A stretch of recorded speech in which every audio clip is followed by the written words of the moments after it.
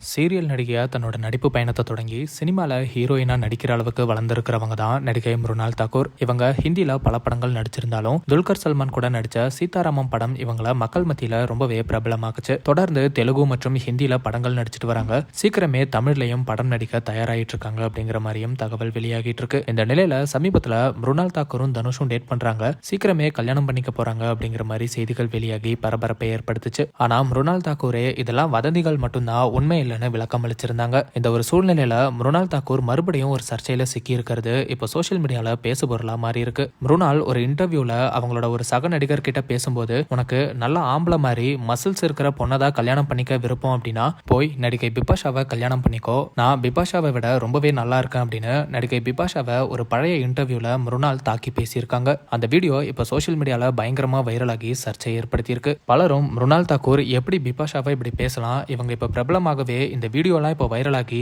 இவங்களோட உண்மை முகம் என்னன்னு தெரியுது. பிபாஷா எவ்வளவு பெரிய நடிகை, எவ்வளவு அழகா இருப்பாங்க, அவங்கள போய் இப்படி ஆம்பளை மாதிரி இருக்காங்க, அவங்கள விட நான் அழகா இருக்கேன் அப்படின்னு மிருனால் பேசியிருக்காங்க அப்படின்னு நெட்டிசன்ஸ் மிருனால பயங்கரமா விமர்சனம் பண்ணிட்டு வராங்க. மிருனாலோட இந்த வீடியோ இப்போ சோசியல் மீடியால பயங்கரமா வைரலாகவே நடிகை பிபாஷா இதுக்கு ரியாக்ட் பண்ற விதமா ஒரு ஸ்டோரி ஒன்ன ஷேர் பண்ணி மிருனாலுக்கு பதிலடி கொடுத்திருக்காங்க. அதுல அவங்க என்ன சொல்லியிருக்காங்கன்னா, வலிமையான ஒரு பெண் மற்ற பெண்களையும் உயர்த்துவாங்க, பெண்கள் எல்லாருமே மசில்டா இருங்க, நம்ம வலிமையா இருக்கணும், மசில்ஸ் தான் நமக்கு நல்ல ஒரு பிசிக்கல் மற்றும் மென்டல் ஹெல்த்தை கடைசி வரைக்கும் கொடுக்கும், பெண்கள் பார்க்கறதுக்கு வலிமையா இருக்கக்கூடாது, உடல் ரீதியாகவும் வலிமையா இருக்கக்கூடாதுன்னு இருக்க அந்த எண்ணத்தை எல்லாம் தூக்கி போடுங்க அப்படின்னு பிபாஷா மசில்டா இருக்கிறத பத்தி பேசி மிருனாலுக்கு மறைமுகமா பதிலடி கொடுத்திருக்காங்க. இந்த ஒரு நிலையில ரொம்ப நாளா இதை பத்தி பேசாம அமைதியா இருந்த மிருனால் தாக்கூர் இப்போ இதுக்கு முதல் முறையா பதில் அளிச்சிருக்காங்க. அவங்க என்ன சொல்லியிருக்காங்கன்னா, நான் 19 வயசு இருக்கும்போது இப்படி முட்டாள்தனமா நிறைய விஷயங்களை பேசியிருக்கேன், வார்த்தைக்கு இருக்கிற மதிப்பு அப்போ எனக்கு தெரியல, நம்ம பேசுறது எப்படி ஒருத்தரை காயப்படுத்தும்னு தெரியல, ஆனா அப்படி நடந்துருச்சு, அதுக்காக மன்னிப்பு கேட்டுக்கிறேன், என்னோட நோக்கம் யாரையும் பாடி ஷேம் பண்ணணும் அப்படிங்கிறது இல்ல, நான் சும்மா விளையாட்டுக்காக அப்படி பேசினேன், ஆனா இப்போ அது பெரிய சர்ச்சையாகிருச்சு,